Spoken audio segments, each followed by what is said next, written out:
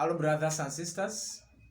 I want again to welcome all of you to this other new lesson.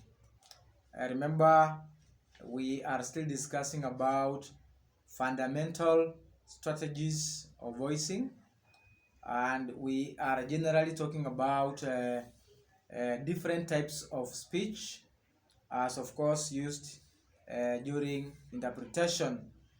Now, in this lesson, of course, is the last type of speech, that is narration.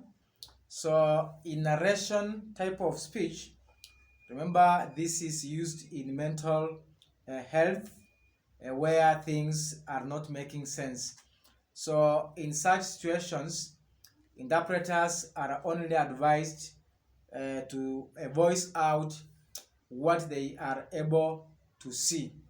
So your only major focus as an interpreter during voicing in a mental health situation, you only voice what you are able to see, because in such like situations things do not make sense. So there's no clear understanding between the one signing and the one interpreting or voicing. So in such like situations, you are advised to only sign out anything you see from the signer, so that you are able to inform the non-sign language user of what is being talked about by the signer.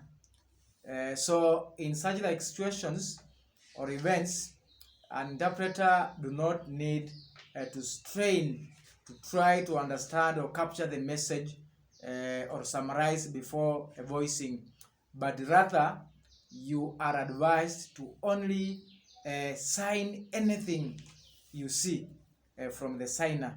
So make sure you watch this video again and again so that you understand different types of speech, so that in future you are able to interpret or voice every or each speech as advised here in these lessons.